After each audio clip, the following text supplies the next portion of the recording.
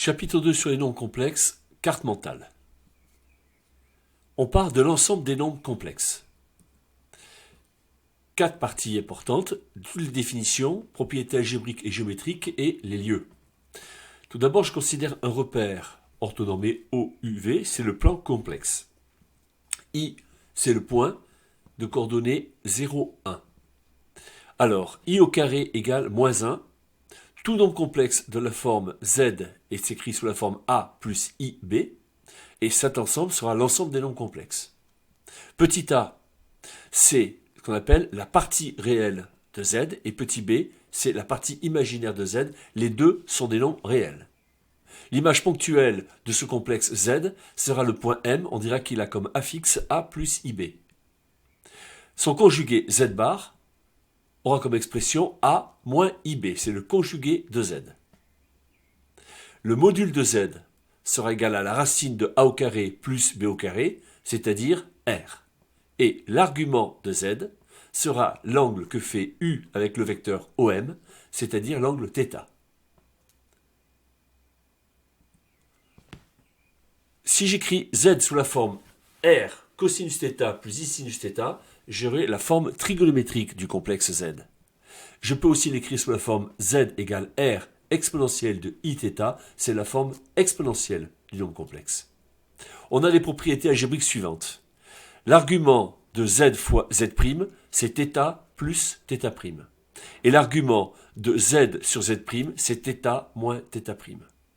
Autre propriété, si je calcule le produit Z fois Z bar, c'est-à-dire Z multiplié par son conjugué, j'obtiendrai le module de Z au carré, c'est-à-dire A au carré plus B au carré.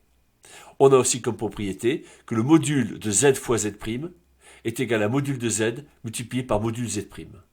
Et le rapport module de Z' sur Z est égal à module de Z' sur module de Z. Il y a d'autres propriétés qui découlent. En se plaçant dans un plan complexe OUV, je considère le point A d'affixe ZA, le point B d'affixe ZB, le point C d'affixe ZC et D d'affixe ZD. Alors, dans ces conditions, AB, par définition, sera égal au module de ZB moins ZA.